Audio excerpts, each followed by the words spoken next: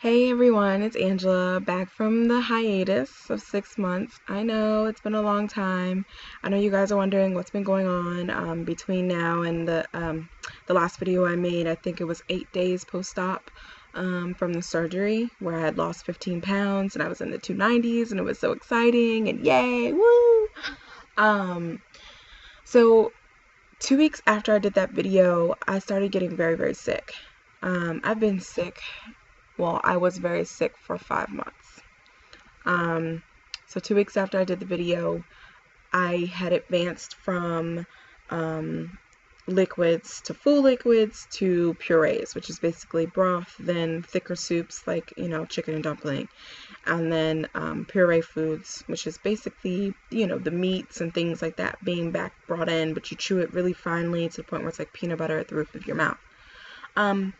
So I was on that stage for about 2 weeks. Everything was fine until I noticed that everything that I ate, I was throwing back up. And in the beginning, I thought maybe I was eating too fast, maybe I was eating too much at one time. So I started to cut back, and it got to the point that every spoonful I took or every piece that I ate, I threw up. I called my doctors. They said, don't worry about it. Maybe your body just can't handle the food right now. Cut back, go back to the liquid diet. So I go back to the liquid diet. Still, I couldn't keep anything down. At that point, liquids weren't staying down. They said, just stay on water, keep your body hydrated, water, drink Gatorade for the electrolytes. So I was doing that, but I was still throwing that up. I couldn't keep anything down. It got to the point where I was so dehydrated and so malnourished that my lips were crusty and cracked and bloody. Walking to the bathroom, which is like 5 steps from my room, made me very winded. It was very uncomfortable. I was hospitalized for dehydration. I was hydrated with the banana bag, which for those of you who don't know, it's like the saline bag, the clear bag that they hydrate you with every time you go to the hospital, but it was yellow, smells like pee, it's kind of gross, but it has, potassium, and it has all the nutrients in it that, you don't get when you're depleted and you are dehydrated. So that and the saline bag, and they were flushing me. One thing that you don't notice is that when you're dehydrated, your veins collapse. And it's very hard for them to get the needle in so that they can hydrate you. I can't even show you all of the track marks that I have on my arms and everything like that, where they have, poked and prodded me to get the needle in to hydrate me. Anyway, besides the point. So moving on. So at that first hospitalization, they did an endoscopy. For those of you that watched my other video, the endoscopy is a long black tube with a camera attached to it. They go down your throat, down your esophagus, into your stomach to make sure everything's okay. Well, this time they did it so to figure out why nothing was coming down.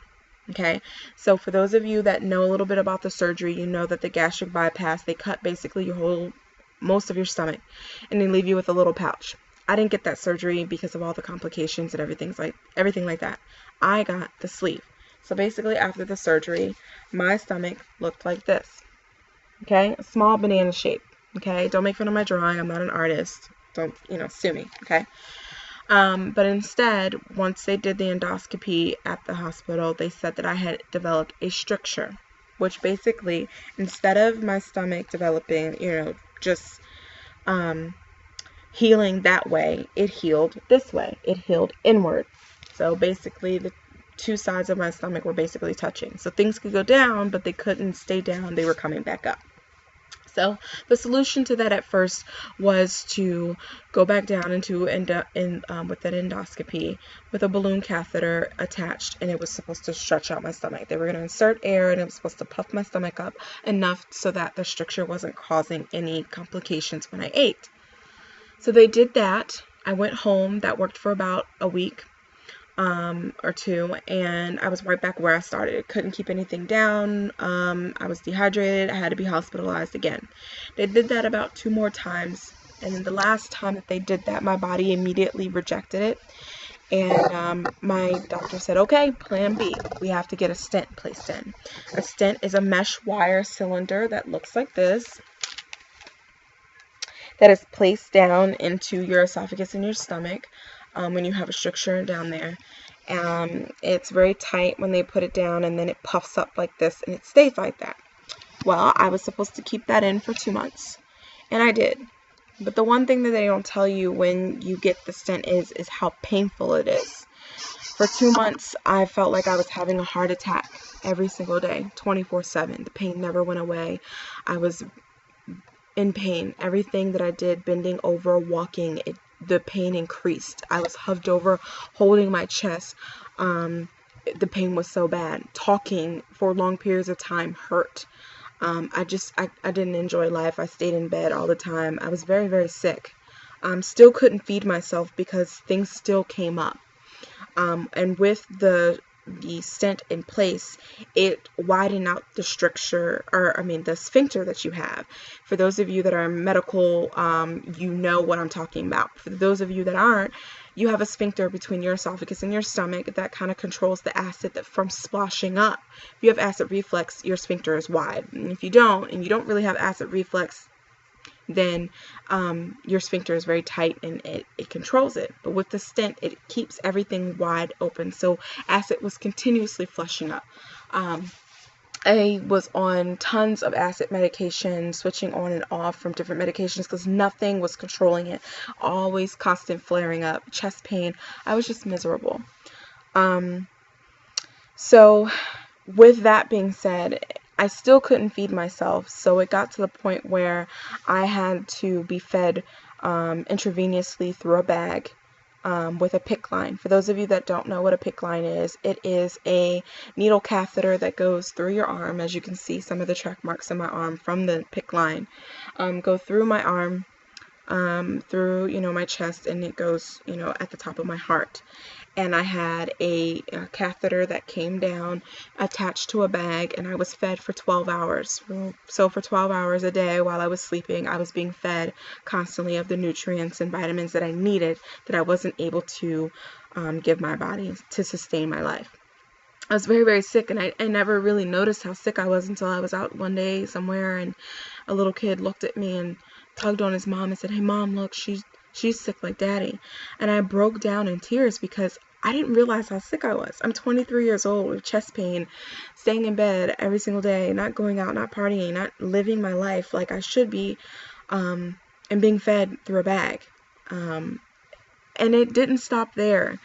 Around October, I developed a blood infection through the PICC line. When you have a PICC line in for long periods of time, you can develop an infection. It's very easy to develop an infection. I developed sepsis, which is infection in your blood, and people die from that if it's not being taken care of. I developed a fever, I think as high as 104. I had to be hospitalized again. I've lost count how many times I've been hospitalized from June to November. It's been a hell of a ride. So the stent stayed in for 2 months. I was scheduled to get it taken out at the end of October, but something happened and the meat of my esophagus had embedded the stent in, and they couldn't take it out. So what did they do? They put in another stent to open that up to get my my insides to kind of spread off of the stent so they could get that out. So that was even more pain that I was in because I had not one but two of those things in, stretching everything open. So I was in an incredible amount of pain for about 2 or 3 weeks, and then I went back and I got the stents out, but I still had to be fed through a bag for about a week or two after that, and then I got that off, and then I started slowly, being able to drink water and Gatorade and juice and broth, and then mashed potatoes, and then chicken, and then pork, and now I can eat anything basically. I have no limitations medical wise of what I can eat. Now there's some limitations to just my body being able to handle the foods and drinks, but I am better now. I'm still a little leery, because it's so fresh. It's so there still, that it's only been a month and a half since everything kind of died down, that I'm kind of like, I don't know. So since I last did a video, I had lost 15 pounds then. Now I'm a little over 90 pounds. I am 9 pounds away. So I'm about 91 pounds I've lost. I'm about 9 pounds away from reaching 100 pounds lost since June 11th of this year. Crazy. It's amazing. In 6 months, I've lost 91 pounds. Seems like a lot for those of you that, do it the regular way and not have surgery. But it's been an incredible and amazing experience, trying on pants that I had kept in my closet from years and years ago and being able to fit it, and oh my God, it's crazy.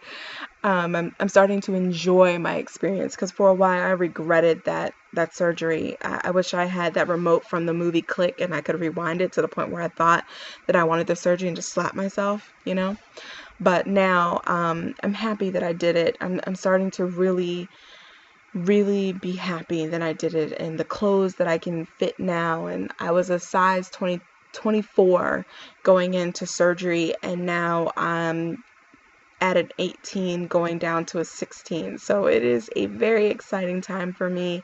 I'm very happy. So that is my update. Thank you for staying tuned to me and watching my journey, and it's only starting now.